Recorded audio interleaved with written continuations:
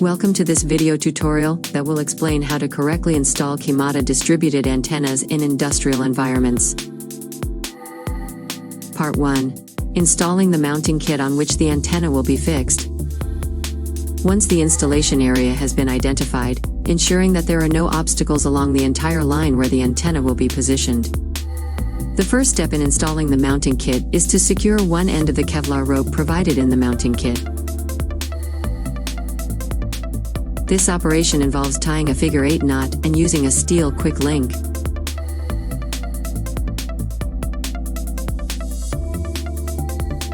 Knots in sight, the figure 8 knot. The figure 8 knot is designed to balance the load on both sides of the loop, making it very secure and nearly free of load loss. First, form a loop at one end of the rope, then wrap the rope around itself twice, creating a figure 8 shape with the two parallel strands that form. Before tightening, adjust the knot so that the two strands remain parallel and do not overlap within the figure 8 shape.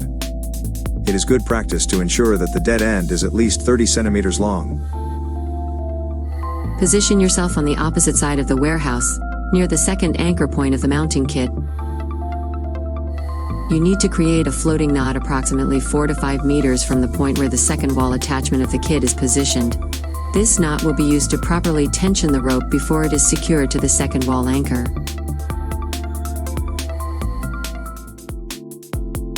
Knot in sight, floating knot.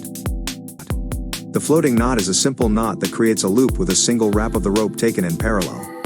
It is similar to the figure 8 knot but involves only one wrap instead of two. The floating knot is used for tensioning a rope and has a direction. If wrapped clockwise, the loop will face left. If wrapped counterclockwise, it will face right. Ensure that upon completion of the knot, before tightening, the loop is oriented towards the wall anchor point. For a proper antenna installation, the Kevlar rope from the mounting kit must be well tensioned and taut. To achieve this, use a pulley system, which should be fixed between the final wall anchor point of the installation and the floating knot just created about 4 meters from the wall. Secure the side of the tackle system with the cam and the pull rope to the wall anchor point. Then, extend the pulley's ropes as much as possible, and attach the second carabiner of the tackle to the floating knot you have already made. Ensure that the returning ropes of the pulley system are not twisted, but well aligned with each other. Next, position yourself on the wall side and pull the tackle, first cautiously, making sure that all the anchors, carabiners and knots are secure and properly fixed. Then, pull with force until the rope reaches a maximum load of 300 kilograms, and the Kevlar rope is rigidly taut.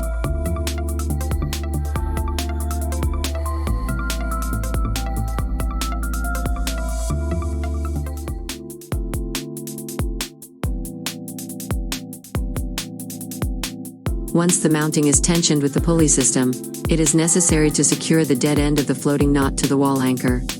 This is done using a special knot called the 2/2 hitches, which allows you to secure a rope under tension. The knot should be made on the quick link of the wall anchor to which the first carabiner of the pulley system is attached.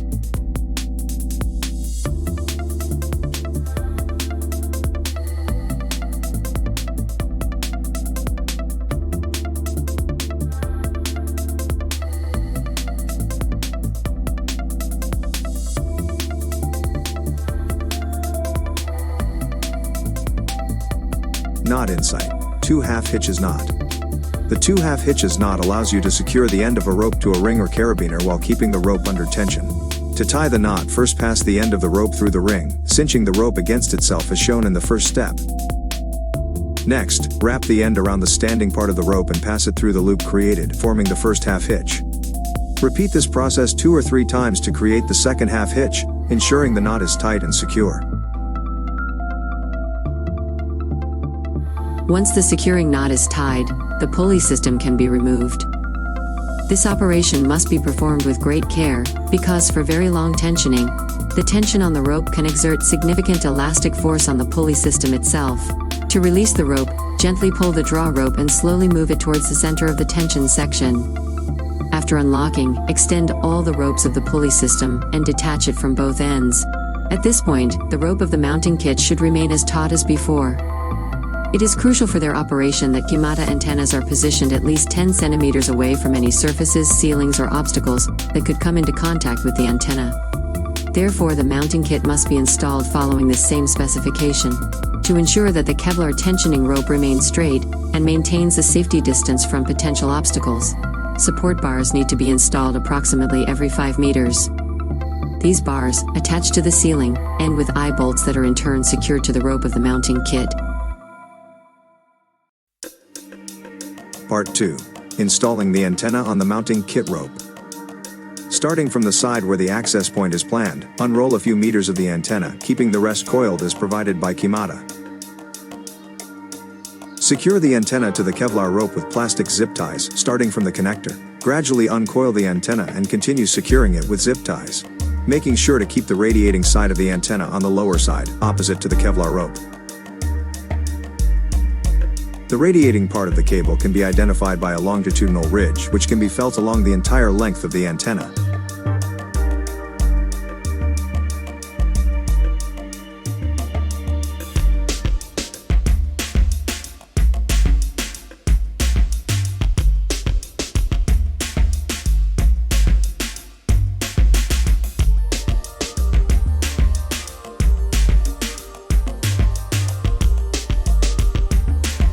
Kymata antennas are divided into two main models, L models and C models.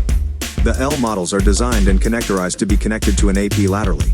On the AP side of the antenna, a suitable jumper must be connected. This jumper, which can be ordered separately from the antennas, comes in different lengths and with various connector standards depending on the access point model, N-male, RPTNC or RPSMA. The antenna side connector is always of the N type. On the opposite side of the antenna from the access point, a specific terminal antenna must be installed, which is included in the Kymata antenna package. The connector in this case is always of the N type. For better coverage from the terminal area to the antenna, it is recommended to keep this termination horizontal and parallel to the Kymata antenna itself.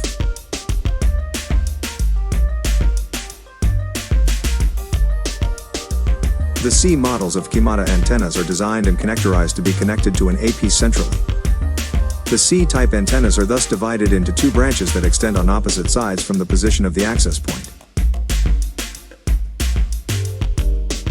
The installation of the C models involves mounting the first branch, starting from the N-male connector, the one closest to the access point, in the same manner as the L models. As the second step, install the splitter by connecting the NM connector of the first antenna branch to the P1 connector of the splitter. Next, as done for the first branch, unroll a few meters of the second branch antenna, keeping the rest coiled as provided by Kymata, and connect the NM connector to the second port of the splitter. P2. The antenna side connector is always of the N type, in this case NM, as it will connect to the splitter. Proceed with the installation of the second branch in the same way as the first.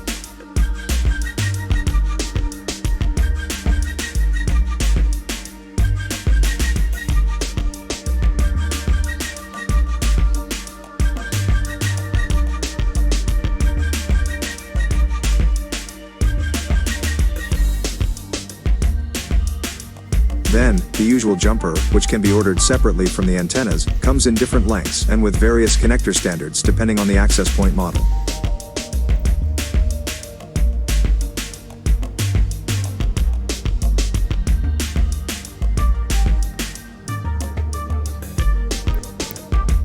On each side of the antenna, a specific terminal antenna must be installed, which is included in the Kymata antenna package. The connector in this case is always of the N type.